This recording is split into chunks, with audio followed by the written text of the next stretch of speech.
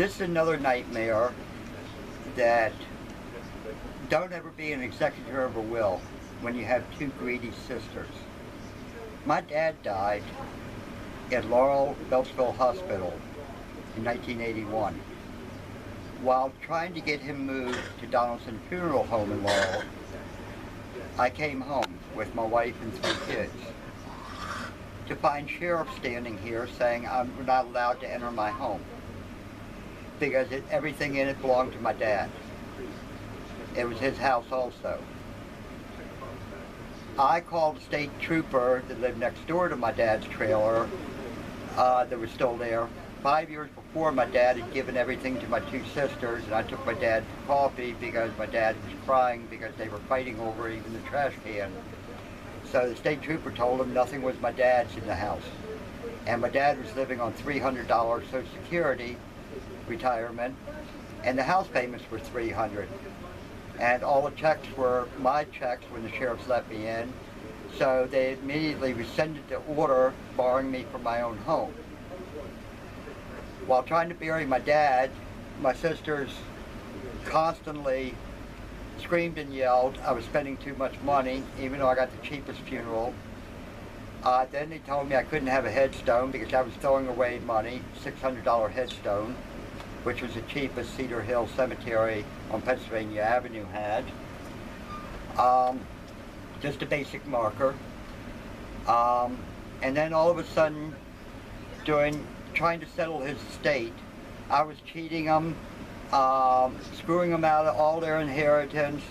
They were taking out lawsuits against MetLife because my dad had $100,000 of life insurance that I'd stolen or they paid me illegally. My dad didn't have anything. He moved in penniless. He couldn't even afford the trailer where he lived for $400 a month lot rent, well, $300 after my mom died in '76. So I convinced him to move in, and we took care of him, washed his clothes, fed him, everything for his last 5 years of life. Then they started, all of a sudden, every time I went out of my driveway, the police pulled me over for a tail light not working. For this, that, I had a hole of rust in the side of my car, and wanting to smell my iced tea. I don't like plastic. I drink my sodas, my tea, everything out of mason jars. There's no alcohol in it. But my 2 sisters had called the police and said I was a raving lunatic, Vietnam veteran that killed hundreds of babies and children and women in Vietnam and laughed about it. I was a heavy drug user. I was out of control. I beat my wife, I beat my kids all the time, threatened to deport my wife unless she kissed my ass, etc., etc. I had over 100 inspection tickets in 1 year, and each year after. I drive a '65 Chevy pickup for delivering my appliances out of my business. After 3 years and the 3rd ticket for my brake lights not being bright enough on the '65 pickup, which was original equipment, I said, this is going to stop. This was 1984. After hundreds of inspection tickets, hundreds of harassment, hundreds of walking the line for alcohol and drug testing by the damn Howard County Police, my kids being pulled out of school, questioned by social services showing up at my house. My wife was calling him a son of a bitch, telling him to kiss her ass and everything to stay out of our lives. The 3rd time I got this inspection ticket for not a bright enough light, I'm sitting there, I'm going to take care of this today. I will make sure this stops. I'm going straight to the state police. Well, a Howard County cop follows me, and this cop had been desk sergeant up there at the state police up at the corner of 175 and Route 1 from my house. And he says, how many tickets have you got for those lights not being bright enough? He says, that is standard equipment for a '65 Chevy pickup.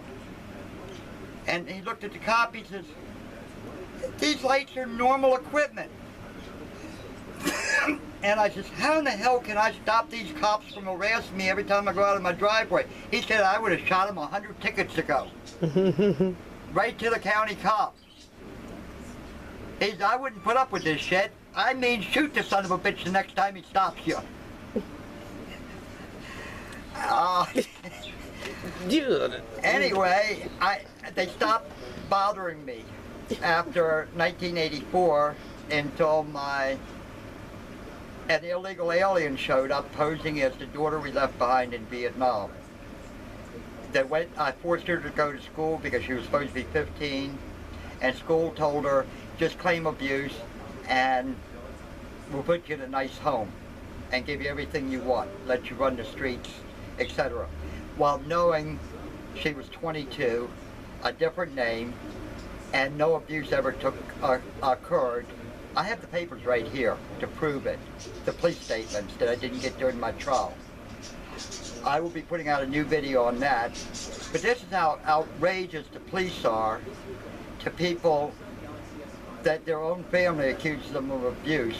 4 years of nightmare, 4 years of terror, 4 years every time before I came back into Howard County, I stopped and walked around my car to make sure every light worked. I had extra light bulbs in the car, tools to fix the light bulbs on my cars, my trucks, everything I owned, because I knew I was going to get stopped.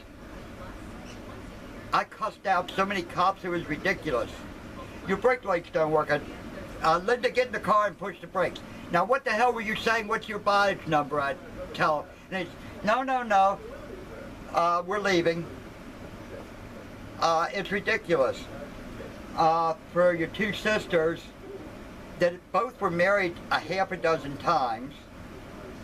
My oldest sister, Kathy, was so mentally disturbed that no man would stay with her. My younger sister, which is still 6 years older than me, named Margaret Ann Bly, all she wants to do is jump in bed with a rich man trying to get him to marry her, and after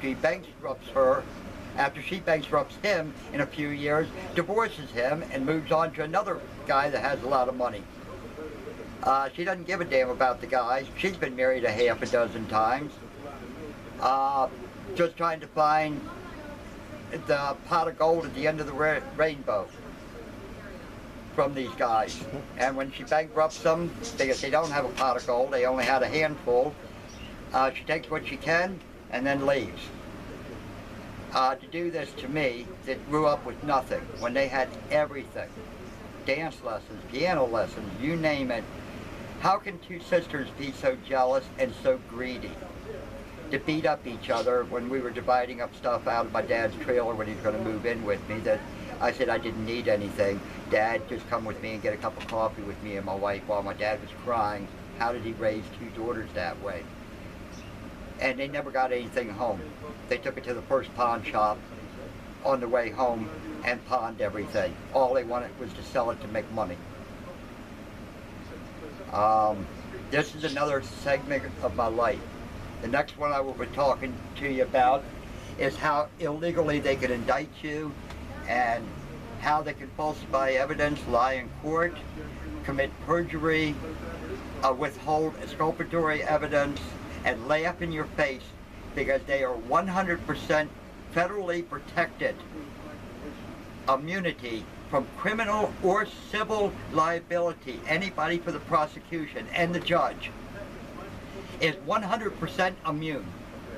They can do anything they want to you in court. Even hire people to commit perjury against you. And as the old saying says, they can indict a pineapple for mass murdering and get away with it because our grand juries are so stupid and there's no evidence usually on the other side. I have two indictments. One's so phony it's ridiculous that the judge threw it out. But now they're hiding it in the criminal records, the courthouse in Ellicott City, Maryland. They also falsified my police arrest because it stated I was arrested March 1st of '86 for crimes I committed July 15th of '86. The police don't have premonition, and they can't arrest you before you supposedly committed the crime, for the crime. So the judge threw that out. It was as erroneous as the first indictment I had against me for child abuse. I'll get into that on the next video. probably in another week or two when I can afford to have my secretary come back in and do some typing and videotaping of me. Thank you for going this far. Please read Born Screwed in the USA at raybly.com or GoDaddy website, Ray Bly. And I'm also on Facebook, as you know.